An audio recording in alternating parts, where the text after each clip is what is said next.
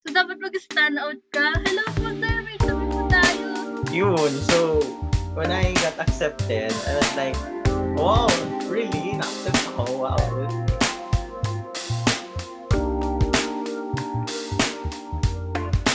I am James Bernard Monteza. I am Michelle Espiritu. My name is Julian Elaine Elmayo. My name is Reinhard Chicabahar.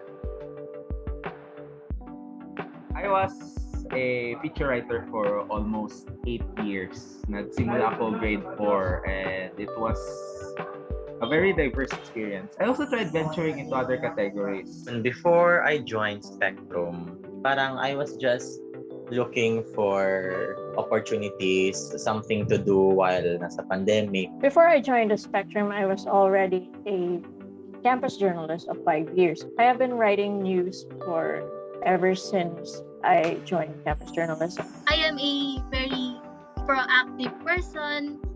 Kahit tamad ako, gusto kong may ginagawa ko lagi so that I can find a purpose in my life.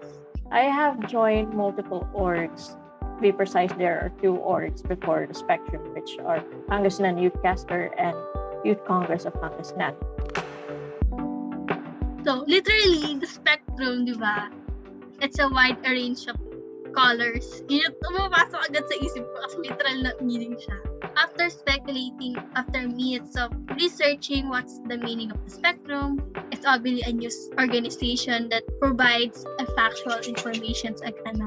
And I see an organization na that really has a great potential, kumbaga, to grow more if given the right amount of patience tsaka guidance. TS is already in mind. Like, makikita mo parang nagiging source siya ng news na parang makikita ka ng perspective na when news is conflicting or when there are like items that need to be featured. Sometimes I look up to TS for sources.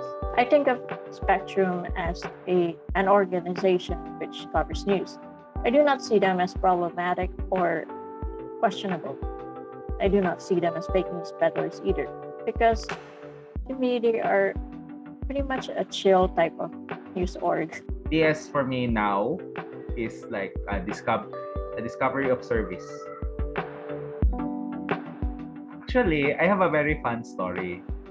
Sumali ako ng RSPC at the same time na nag-apply ako for Spectrum. Same din, na-receive ko yung email. Yun din yung same day na nag-award. Tapos, kabado ka match na galing ka ng awarding sa RS. Tapos, magbubukas ka ng email. Tapos, ganyan yung lumalabas. Like, you got accepted. Wow.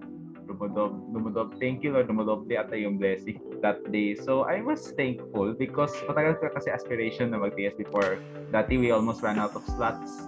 Dati, when I applied last July, I think your last membership drive, maraming interested. Ngayon, at that time, I was even very lucky to have gone into the interview phase.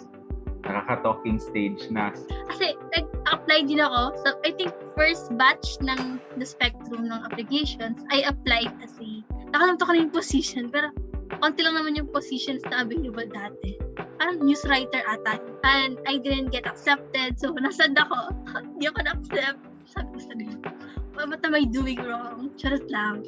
Naka-follow kasi ako sa page nyo since nag-open kayo ng position for volunteers and naka-follow ako since then. So, nakita ko na naman yung open na naman yung positions nyo sa for volunteers and meron na siyang mas maraming positions like marketing, news writers, and other things. So, I specialize under marketing. So, mas nag-excel ako dun sa na yun, under that position kasi dun sa news writer. Even though I am a news writer in heart, pero mas pa rin ako sa marketing. Mas gusto ko pa rin. So, and when I got that email na accepted ako, good. Galing ko talaga. Ako pa. I was absolutely delighted because I get to go back to campus journalism after almost a year of hiatus because I joined last March and my hiatus started during the Burr months.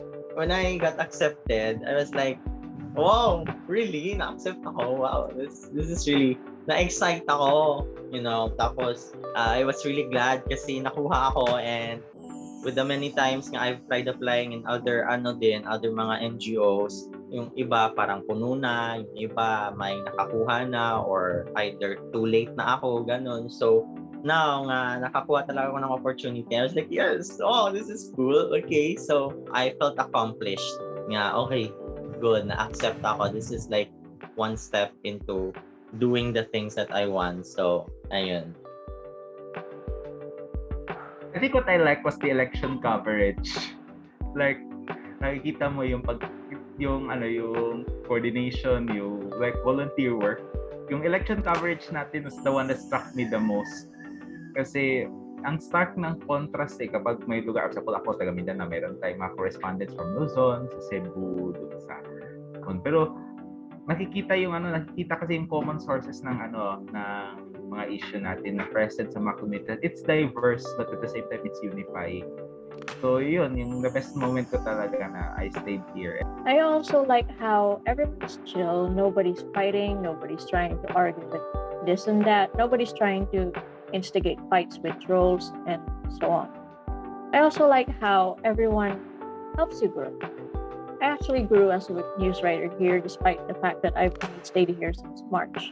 I've improved my news writing style thanks to my copy editors. I like that before tayo nag-i-start sa meetings, meron pang mapakana si Lane.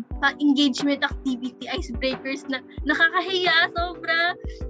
Nandito yung mga kapatid ko, kakanta ako, sasayaw ako. Hindi siya ganun ka-strict. Although gusto ko siya na somehow maging strict siya. Pero parang ayoko.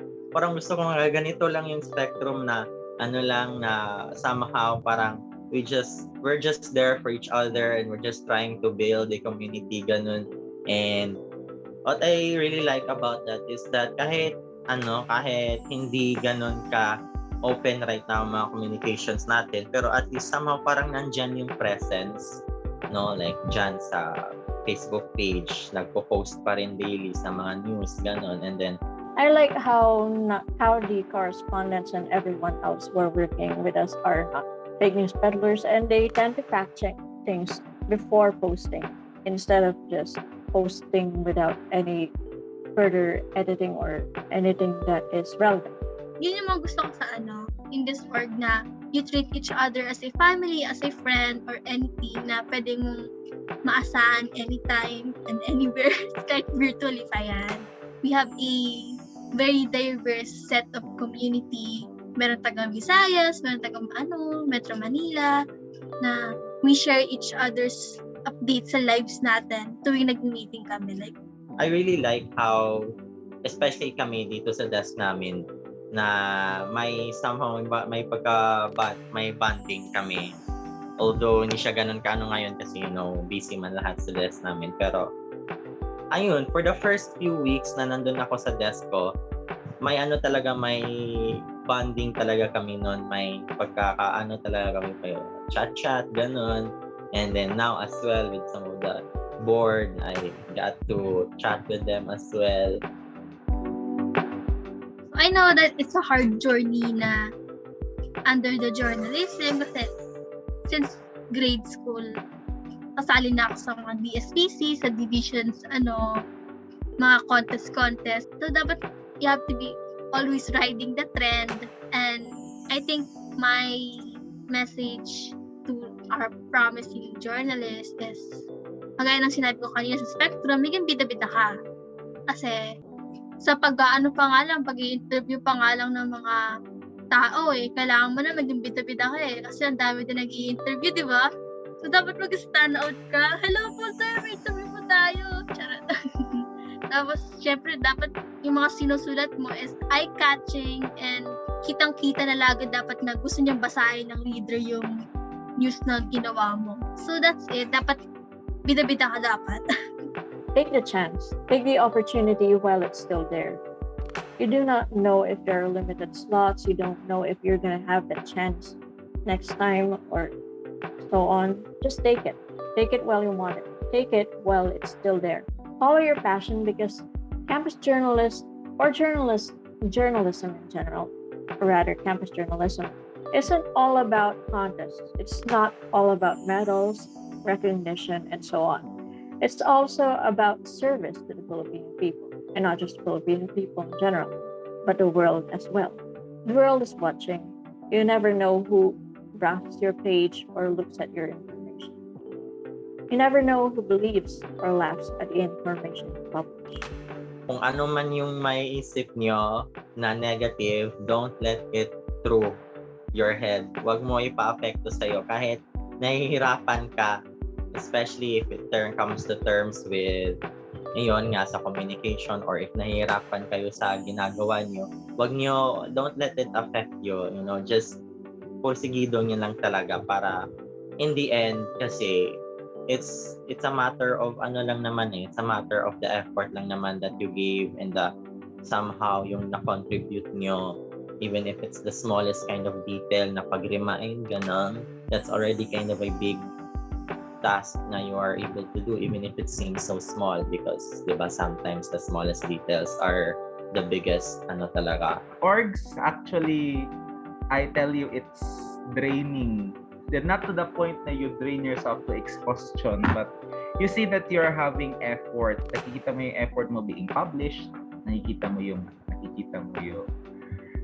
write-up mo na nakikita ng lahat. It's like exhausted ka because you had a very short time window. But at the same time, you feel the satisfaction na nakikita ng tao yung sinusulat mo. Hindi lang judge yung nakakakita kung ano yung sinusulat mo. Hindi lang coach ang nakikita, kundi it's for the public to see. And that is what journalism is for. It's for the people to see what you write for. And it's for all of us to hone our skills continually. And if tinatawag tayo sa field na to, well, it's good. But if you also have other career plans in mind, well, journalism is a very good place to start, like communications or even law. You get a particular understanding of society na you can communicate to others easily na. So I think the best message is to improve yourself. Don't be afraid. And I can say na for those who would be joining here sa The Spectrum or mga next journalists here, don't give up. Yun talaga. Don't give up and do what you can to help. Don't just wait for your heads na sasabihin ka, okay, ito gawin mo. No. Anticipate the needs. Anticipate the needs nila. Anticipate the needs sa iyo, and anticipate the needs sa the spectrum as a whole na baka they will need something like this. Baka they will need something like that. I should start doing something like this. Maybe they will actually appreciate if I start on a new thing. Ganun. So, ayun, contribute, innovate, and wag bumitaw. Kapit lang.